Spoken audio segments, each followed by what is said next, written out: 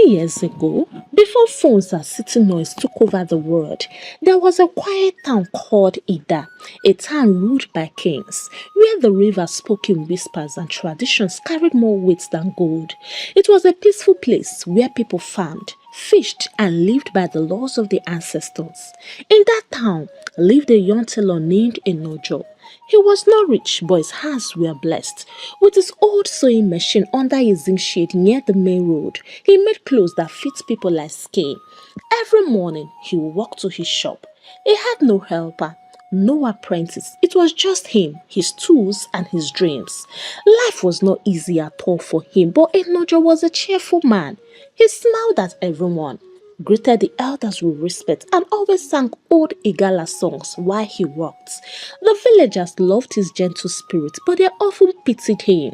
Such a good man, they would say. Yet, poverty holds him like a shadow. Just across the road from his shop, there was a yam seller named Omaja. She was a beautiful young woman with bright eyes and skin that glowed under the sun. Every afternoon, when sales were slow, she would cross the road and sit on the low stool beside a Nojo's sewing machine.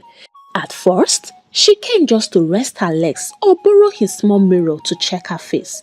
But slowly, it became a habit.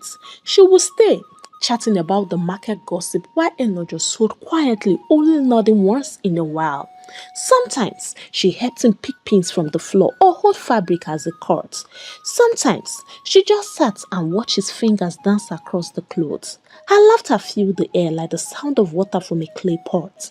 Soon, everyone around the vicinity started teasing them. People would pass by and say, Enojo the tailor, are you sewing clothes or sewing love? He would just smile and say, leave me alone, no. All join. Omaja would cover her face and laugh shyly, but her heart already knew the truth. She was in love with him. As days turned into weeks, the friendship grew like young cassava, slowly but strong. Sometimes when rain fell, Enojo would run to her stall. They would both stay there, laughing and gisting. At night, he would walk her home. Her mother always thanked him and called him a man with a good heart. But her father was strict and did not like Enojo much because he was poor. But even he could see that this young man was respectful. Enojo and Omaja began to dream together. He told her how he wanted to one day own a big shop with apprentices wearing uniform shirts. She told him she wanted to marry a man who feared God and loved her for who she was. In their small world, they were already husband and wife, but poverty was snapping them back to reality. Enojo earned little, and there were days where hunger visited more than any customer. Still, they stayed close.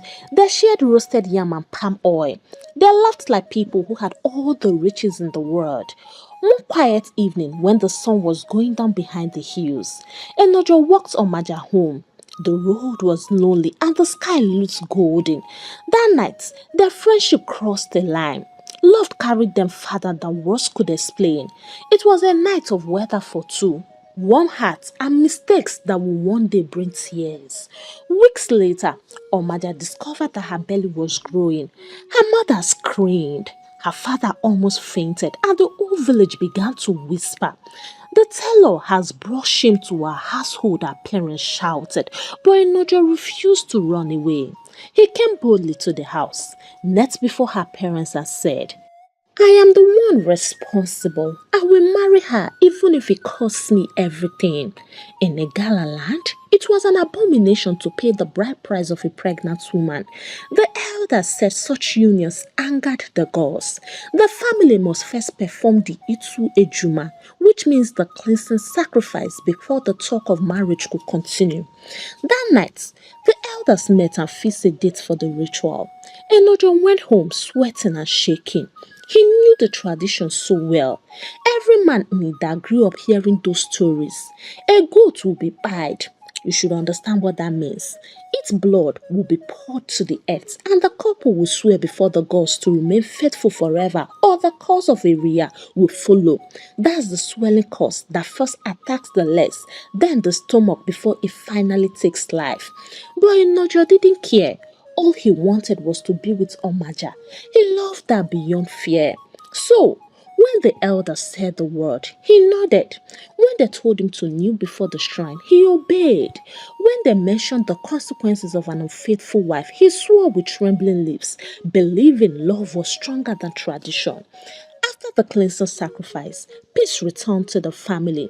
Omaja's parents accepted Enojo fully. They told her to follow him home and start her new life as a wife. There was no big ceremony, no crowd, and no long dance, just a quiet meal, a blessing, and two hearts filled with hope. Their first home was a tiny house, but they were happy. In the morning, Enojo would go to his small sewing shed while Omaja cooked fetched water before resuming her business. Every evening, they sat outside on a wooden bench discussing and laughing. They didn't have money, but they had peace. Soon, their baby boy was born. Chubby, loud, and beautiful. They named him Omaje, meaning my joy has come. Enojo danced around the house like a madman that day. He sang praises in Igala language. Even though he was poor, he shared kola nuts and roasted fish with neighbors. After some weeks, Omaja regained her strength. Enojo worked harder than ever. He wanted to pay the bride price now that tradition allowed it.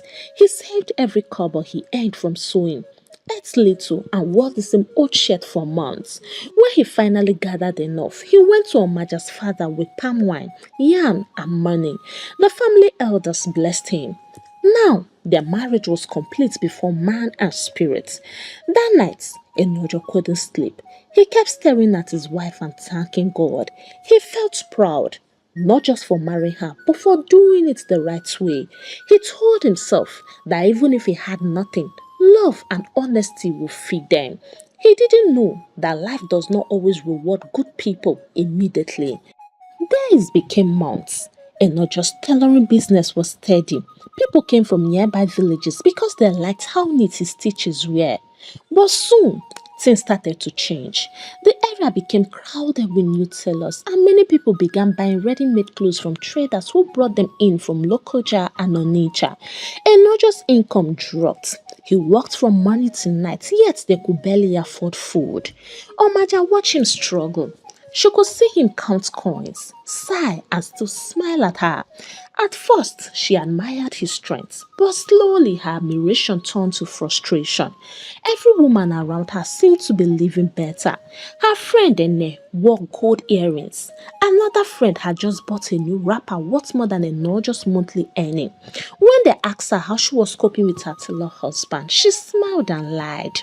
We are doing fine, but deep inside, bitterness was growing. Sometimes, Enojo came home late, tired and empty handed. He would eat without meat and still thank God, but Maja began to nag. Why are you always broke? Why can't you look for a bigger shop? How will your children go to school like this? He didn't fight her. He just kept quiet, believing she would understand one day. He didn't know that love was already turning weak inside her. 2 years went by. They had two more children, twin girls this time. The house became smaller and the problems grew bigger. Omaja stopped smiling often. She spent most of her evenings with other women in the neighborhood, gossiping and comparing lives. When they spoke about men who provided everything, she sat silent but angry. Sometimes she looked at Enojo and saw not her husband, but the reason she was suffering. She forgot the days he carried her yam, forgot how he stood before her angry father, and forgot how he swore before the shrine to love her forever. In her eyes, Enojo was no longer a man. He was a reminder of the life she wanted to escape. One night, Enojo sat outside with his children. They were laughing and chasing fireflies, but Maja didn't join them. She stood at the door watching with her arms folded. Something in her heart was already changing, something cold and dangerous. That same week, a group of traders from the neighboring village came to sew new clothes for the festival. Among them was Ocholi, a tall rich man who sold yam and palm oil in bulk. He spoke softly, laughed when necessary, and carried the aura of a big man wherever he went. When he entered the Nojo shop to take his measurements, Omaja was there to relax as usual. Their eyes met, and that single look planted the seed that would soon grow into poison. Charlie stretched his arms for measurement while laughing and telling stories about his travels. He talked about his big yam bands and how he supplied to Lokoja and Abuja. Omaja listened carefully. Her eyes followed his smooth skin, his gold chain, and his expensive shoes. For the first time in a long while, she compared what she saw with what she had at home. After taking his measurements, Enojo asked him to come back in a few days for his clothes. Ochali nodded and dropped extra money on the table, more than what was required. He said, "This is for kola nuts," and then he winked at Omaja before leaving. Her heart skipped, but she quickly looked away. Days later, Ocholi returned to collect his abada. He praised Enoja's work and said it was perfect. Then he turned to Omaja and smiled again. He asked if she helped her husband in the shop every day. She nodded shyly and then pointed at her own shop. He laughed and said, "You are a good woman, and a woman like you deserves fine things." Before leaving, he gave her a small gift and then said, "Please, don't reject it." Enojo thanked him happily, not knowing that Wahala will soon burst. From that day, Ocholi began to show up often. Sometimes he came with fruits, sometimes with a small cash gift for the children. Each time he spoke to Enojo politely as if he only wanted to help a struggling family, but his real eyes were on Maja. Soon, she began to expect him. She would dress neatly before leaving the house, wear small perfume, and powder her face. When Enojo asked why she was suddenly dressing like that, she would say, "Can't a woman look good again?" It started slowly, as all dangerous things do. When Achali offered to take her home one evening from the market because of rain, she agreed. That was the first time she sat in a car. The seat was soft, the air smelled nice, and the music made her forget her worries. When she came down at the gates, he gave her 2,000 naira and told her to use everything for herself. She hesitated, but when she saw the new slippers he wore, the gold ring on his finger, and the way people respected him, she smiled and accepted. Enojo asked why she came home late. She lied that she stayed longer in the market because she was helping a friend pack her things, all because of the rain. He didn't argue. He only said, "You did well, my wife." He did not know that his kindness was being buried under her greed. Weeks passed, and Ocholi's visits became normal. Sometimes he met Enojo in the shop. Other times he met only Omaja. The villagers began to notice. One woman even told Omaja quietly, "Be careful, oh. The gods of Ida do not play with adultery." Omaja laughed it off. She said, "I will live my life the way I want it." Not long after, she began sneaking out to meet Ocholi in his village. He rented a small room for her where they met secretly. He bought her a new wrapper, shoes, and perfume.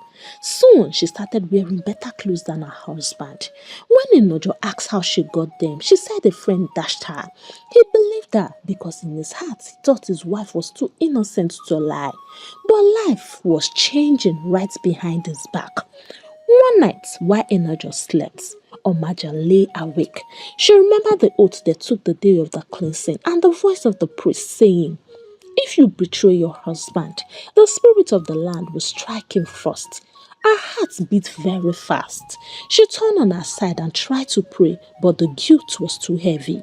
By morning, she had pushed the thought away. She convinced herself that nothing would happen. After all, she had already gone to Mama Iye, the priestess, to protect her children. She didn't care what happened to Enojo anymore. All she wanted was to live a better life. That week, Ocholi gave her a small phone and told her to keep it a secret. He said, "If you need anything, just flash me." It was her first time owning a phone. She hid it in her box under a pile of wrappers. When Enojo came home that evening, he told her the chief priest had warned about couples who forget their vows. He said a man from the village had just died from Oduife, the swelling curse that happens when a woman cheats and refuses to confess. He laughed and said, "People of today, they don't fear tradition again." Well, na dem sabi o. Omaja forced a smile, but her heart was beating so fast. Her husband didn't know that very soon that same curse would knock on his own door. As the days went by, life in Enojo's house became even harder. There was no money, and the little yam business Omaja managed was not doing well. One day, she sat beside him as he patched an old trouser and said, "My husband, the yam business is not moving in this era anymore. Thank God you can see it by yourself. People here are too familiar with me. They want to buy on credit, and most of them never paid back. I am tired." Enojo looked up worried. "So what do you want to do?" he asked. She replied, I am thinking of selling in the market. Things move faster there." Enojo talked about it for a while and then he nodded. "That's a good idea, my wife. If that will help us, go ahead." He didn't suspect anything because he trusted her completely. And that was how the lie began. Every day, Omaja would dress up early in the morning and carry her yam as proof that she was truly going to sell. But once she gets to the market, she will arrange her yam in her store, leave it under the care of her good neighbors, and move straight to the next village to be with Ocholi, the rich trader who had promised to take care of her. Whenever she arrived, he would welcome her with food, drink, and excess love. She would spend the whole day there, eating better food than she had ever tasted in her husband's home. When she returned home, she pretended to be tired from the market. She would drop a few naira notes on the table and say, "This is all I made today." Enojo would thank her and pray that God would bless her hands, not knowing that her hands were already unclean. At first, she felt guilty, but each time she remembered Ocholi's words and how gently he spoke to her, her guilt faded. She told herself that she was only trying to survive. After all, Enojo couldn't give her the life she wanted. Whenever her husband asked how business was going, she said, "It is better now, but things are still slow." He smiled and said, "Don't worry, God will help us." But she will mock him in her mind because her heart had already traveled far from home. She didn't know that while she was enjoying comfort in another man's arms, the customs and tradition in their village was still alive, watching and waiting. One morning, Enojo woke up with a strange heaviness in his legs. He tried to stand, but his ankles felt stiff and swollen. He thought it was the long hours of sitting at the sewing machine, so he laughed and said to his wife, "Maybe I worked too hard yesterday." Omaja only nodded without looking at him because she was busy preparing to go to the market. Enojo dipped his leg into warm water and rubbed balm. He felt a little better and went about his day. But on the fourth day, the swelling increased. His slippers no longer fit. His legs looked thick, shiny and painful to touch. He groaned when he tried to walk. By the next week, the swelling had crawled from his feet to his knees. Fear entered his heart. He sat quietly at the shop, unable to concentrate. His customers began to notice his pale face and heavy breathing. Some whispered to each other. Others shook their heads and said, "The spirits are speaking again." In Ida, everyone knew what that meant. When a woman breaks the Oduife, the marital covenant of truth, her husband's body becomes the mouth through which the land speaks. The swelling of the legs was always the first message. That evening, Enojo came home early, sweating and tired. He called his wife. "Omaja, please come and sit with me." She came reluctantly. He held her hands gently and said, "I don't understand this sickness. My legs keeps growing and my stomach feels heavy. Have I offended anyone? Or," his voice broke, "or have you done something I should know about?" She quickly pulled her hand away and said sharply, "What kind of talk is that now? Why are you trying to blame me for everything?" Enojo shook his head weakly. "I am not blaming you, my wife. I just want to hear the truth." Because she didn't even allow him to finish. She hissed and walked away. That night, his legs doubled in size. He could no longer stand. His body shook with pain. When he called her to help him turn on the bed, she pretended to be asleep. By morning, his stomach had started to swell. The sight alone was scary. He looked as if he had swallowed a drum. Neighbors rushed in when they heard him groaning. They gasped when they saw him and began to whisper among themselves. This is not malaria and this is not poison. This is Oduife. An old man in the compound, Baba Onoja, took one look and sighed deeply. He turned to Omaja and said, My daughter, tell us the truth. You know what this sickness means. Omaja's lips trembled. I don't know anything, Baba, she said quickly. The old man shook his head slowly. If you don't speak, your husband will go and the land will not forgive you. But pride had already built a strong wall around her heart. She said nothing. The sickness grew worse. Enojo could not eat, he could not sleep, and he could not even turn on the bed. He gasped for breath like a fish taken out of water. People came from different parts of the village to see him. He became an attraction for tourism. Some brought herbs, others came just to witness the punishments of the gods. That evening, his mother arrived. When she saw her son lying helplessly, she cried aloud. Ah! This is serious, oh. She turned to his wife and said, My God will punish you for doing this to my son. She knelt beside him and prayed for his life, but the air was already heavy with death. Enojo used his last strength. His voice was weak, trembling like dry leaves. Please, Omaja, if you have wronged me, go and tell the truth. Let me rest. I don't want to die. Who will take care of my children? But Omaja only looked away. Her lips moved, but no words came out. Inside her, fear was shouting, but pride kept her quiet. By midnight, Enojo's breathing slowed. He looked at his wife one last time. Tears filled his eyes. Then he whispered softly, Omaja, please, can't you see I am dying? Where is your conscience? When morning came, his body was still. The news spread across it like fire. People filled the compound. Women wept. Men shook their heads. The priest came and touched his staff on the ground 3 times. He said, The land has spoken. The husband is gone. People cursed his wife, but she remained unmovable like a rock. After the burial, Omaja was left alone, and for the first time, she realized what she had done, not just to her husband, but to herself. But then it was too late. The gods of Ida do not sleep on broken vows. For a few days, she stayed quiet, but the village was not. Different versions of the story moved about and she heard everything. When she went to fetch water, women stopped talking. Even the little children who once called her Auntie Omaja now looked away. At first, she pretended to be strong. She told herself people would soon forget. She even returned to business as if nothing happened. But at night, when the oil lamp went out, she heard Enojo's sewing machine again, echoing in the dark. She woke up every morning from nightmares of swollen legs and watery eyes. She prayed, she cried, and she even cursed herself, but the house stayed silent. Her lover actually came to see her only once after the funeral. He stood at the door, looking uncomfortable. He said, You must be strong.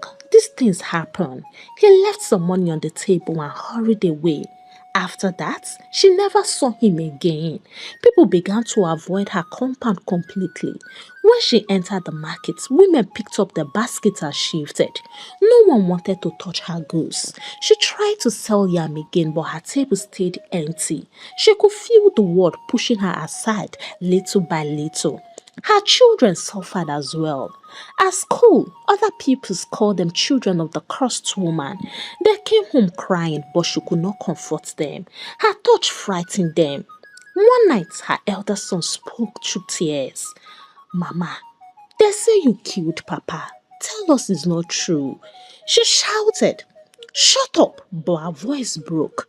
When the boy ran out, she fell to her knees and sobbed till dawn.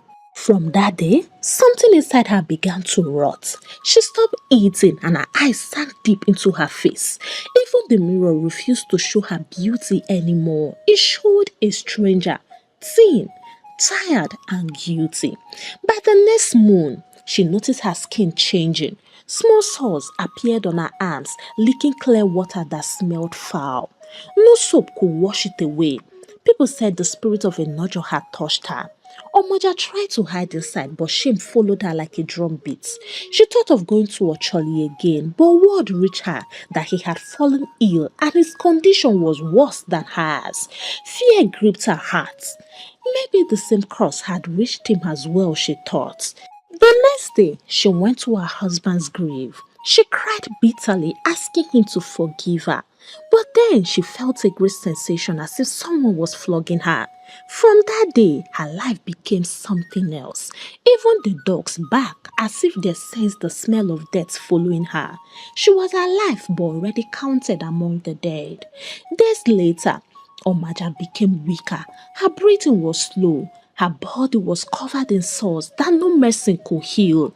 The smell of decay filled the room, but she no longer noticed. Her strength was gone. Her pride was gone, and even her tears had dried up. One night, thunder rolled across the sky. The wind blew her door open. She felt as if the river was calling her name firmly. She stood up slowly and began to walk barefoot towards the water. The road was dark and the sand was cold beneath her feet. Her legs shook, but she didn't stop. She reached the river bank. Of course, she didn't know what she was doing. A sudden wind blew from the water, strong enough to bend the trees. The current roared, louder than ever before. Then everything went silent. By morning, her body was found near the river bank. People gathered, but no one touched her at first until the priest had done what he was supposed to do. They dug a shallow grave by the river and covered her quietly without songs and without farewell. No one cried. Even our own children stood at a distance watching in silence. After her burial, her three children were left with nothing. The villagers avoided them, saying that the cost might follow them. They begged from house to house, hungry and barefoot, until one afternoon when a stranger passed through Ida. His name was Mr. Adoga, a trader from another village who had come to buy yam. He saw the children roaming about with their eyes red from crying. He stopped and asked what happened. When he heard the story, he sat down and wept with them. He said, "This is wickedness. A tradition like this is not justice, it is bondage." He took the children with him to Onitsha, clothed them, fed them, and sent them to school. Years later, when the children grew up, they became successful. And when people asked Mr. Doga why he helped them, he always said, "He who licks the lemon should have his edge affected." He said, "We cannot continue to worship traditions that destroy homes.